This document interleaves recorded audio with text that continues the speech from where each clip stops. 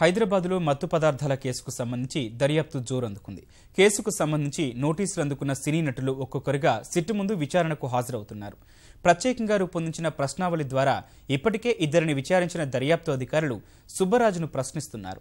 రేపు తరుణ్తో పాటు పలు పబ్ల నిర్వాహకులను ప్రశ్నించనున్నారు.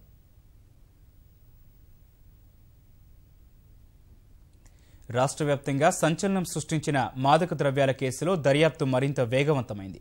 సినీ పరిశ్రమకు కెల్విన్ ముఠాతో ఉన్న సంబంధాలపై ఆరా తీస్తున్న సిట్ గత 2 రోజులుగా ఇద్దరిని విచారించింది.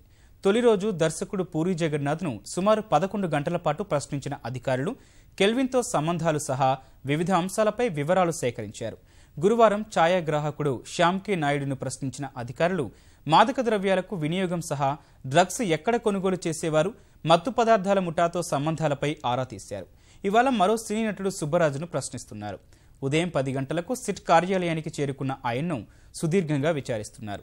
దర్యాప్తు బృందానికి తొలుత సమాధానం చెప్పడానికి సుబ్బరాజు నిరాకరించగా అధికారులు కొన్ని ఆధారాలను ఆయన ముందు ఉంచి ప్రశ్నలు సంధించగా కీలక విషయాలు వెల్లడించినట్లు తెలుస్తోంది. కెల్విన్ ముఠాతో గల సంబంధాలు, మాదక ద్రవ్యాలు ఏ విధంగా సరఫరా అయ్యేవి, సినీ పరిశ్రమలో ఎవరెవరు డ్రగ్స్ స్వీకరించేవారు వంటి పలు అంశాలపై అధికారులు ప్రశ్నల వర్షం కురిపించారు.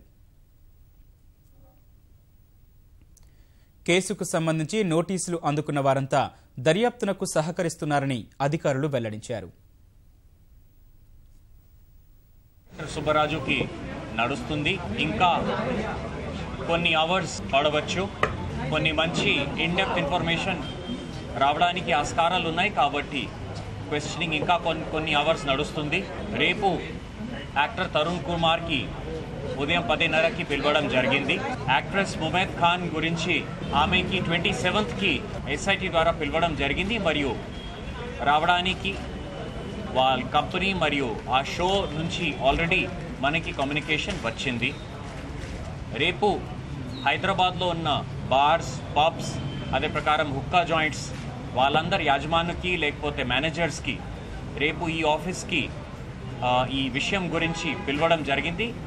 కొంతమంది క్వశ్చనింగ్లో, అదే ప్రకారం కొంతమంది పెడ్లర్స్ క్వశ్చనింగ్లో కూడా కొన్ని పేరు బయట వచ్చినాయి. కాబట్టి ఈ బార్స్, పబ్స్కి లైసెన్సింగ్ మన బాధ్యత ఉంది. కాబట్టి వాళ్ళకి రేపు ఈ ఆఫీస్కి ఉదయం పిలవడం జరిగింది.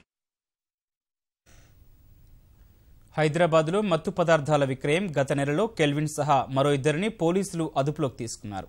తొలుత అది చిన్న కేసుగానే భావించిన వారిని అదుపులోకి తీసుకుని విచారించారు. అనంతరం ఫోన్ కాల్స్, వాట్సాప్ సందేశాలు విశ్లేషించిన పోలీసులకు విస్తుపోయే వాస్తవాలు వెల్లడయ్యాయి.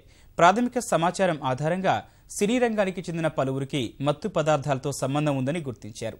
అనంతరం విచారణకు రావాలంటూ 12 మందికి తాకీదులు పంపించారు. ఇప్పటికే పూరి, శ్యామ్ కే నాయుడు విచారణ పూర్తయింది. శనివారం సినీ నటుడు తరుణ్తో పాటు పలువురు పబ్ల నిర్వాహకులు విచారణకు హాజరు కానున్నారు. వచ్చే వారం సినీ నటి చార్మి సిట్ ముందుకు రానుంది.